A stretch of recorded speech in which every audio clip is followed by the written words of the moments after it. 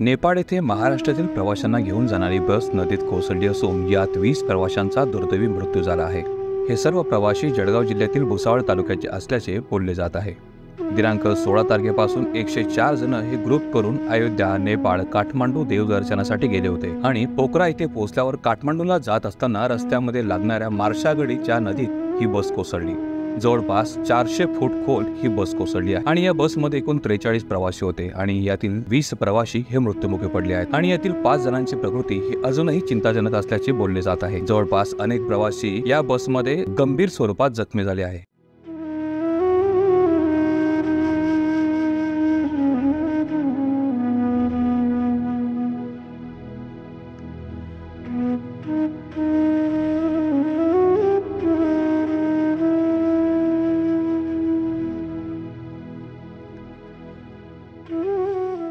पोखरा येथून निघताना या सर्वांनी बस समोर उभे राहून आनंदाने फोटो देखील काढले, परंतु काही अंतरावर गेल्यानंतर त्यांच्यासोबत अशी काही घटना घडेल अशी त्यांनी स्वप्नात देखील कल्पना केली नसेल। या घटनेची माहिती मिळताच नातेवाईक मित्रमंडळींनी गावात एकच गर्दी केली आणि घटनेची माहिती मिळवण्याचा प्रयत्न करीत आहे। या घटनेची माहिती मिळताच भाजपचे आमदार संजय सावकारे सहित अमोल जावडे आणि कार्यकर्त्यांकडून नातेवाईकांना धीर देण्याचा प्रयत्न सुरू आहे। या घटनेतील मयत हे भुसावळ तालुक्यातील रहिवासी आहेत असे भाजपचे आमदार संजय सावकारे यांनी सांगितले।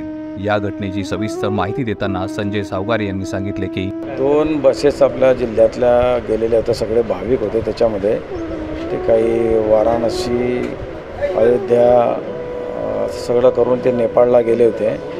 त्याच्यामध्ये एक बस सुरक्षित होती, पण एक बस दरीत कोसळली, 400 फूट दरीमध्ये कोसळली आहे आणि त्याच्यामध्ये काही लोक घायल झालेले आहे। ते रेस्क्यू काम सुरू झालेलं आहे। तिथे सगळी नेपाळ गव्हर्नमेंटची टीम पोहोचली आहे।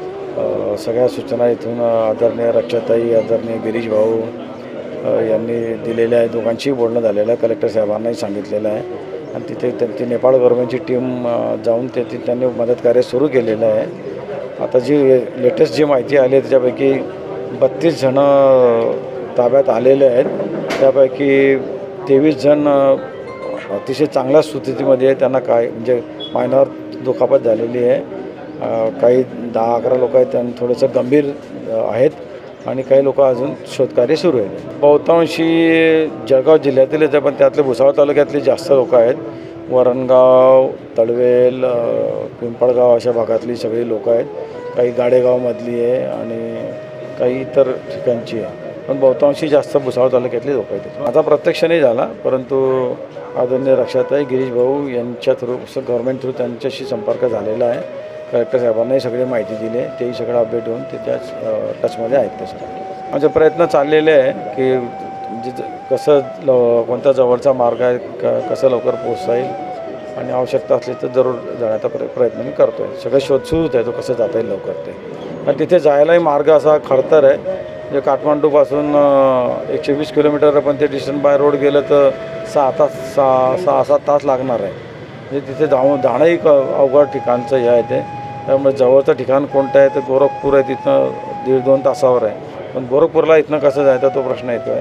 त्याच्यामुळे सगळं जितक्या लवकर जाता येईल तसं जाण्याचा आम्ही प्रयत्न करतो। हे 8 दिवसापासून गेलेले आहे ते, 8 दिवसापासून त्यांची भ्रमंती सुरू होती आणि 19 तारखेला रात्री आम्ही अयोध्येत पोहोचलो। त्यावेळेला ही मंडळी अयोध्येतून निघाली होती पुढे जायला नेपाळकडे। आमचा संपर्कही झाला होता, त्या दिवशी त्यांनी सांगितलं होतं की आम्ही तुमची वाट पाहतो म्हणून, पण त्याच दिवशी ते निघून गेले आणि आम्ही रात्री पोहोचलो। 20ला आम्ही दर्शन घेऊन अयोध्येचं आम्ही इकडे आलो आणि ती लोक तिकडे निघून गेली होती 19ला चौपाटी। आणि आज आता दुपारीच म्हणजे आम्हाला अशी बातमी मिळाली दुर्दैवाची। तिथल्या जे प्रत्यक्ष होता जितू राणे म्हणून तळवेलचे व्यक्ती, त्यांच्याशी प्रत्यक्ष व्हिडिओ कॉलिंगवर बोलणं झालेलं। दिल्लीचे एक अधिकारी आहे, ते त्यांच्याशी संपर्क ठेवून ते अपडेट देत आहे आम्हाला। काही जळगाववरनंही अपडेट येत आहे। काही तिथले लोकल न्यूज चॅनलवाले त्यांनी पण बरीच मदत केली आम्हाला सगळ्या माहिती पाठवण्यामध्ये आणि तिथे हॉस्पिटललाही ती मदत केली जाते तिथे।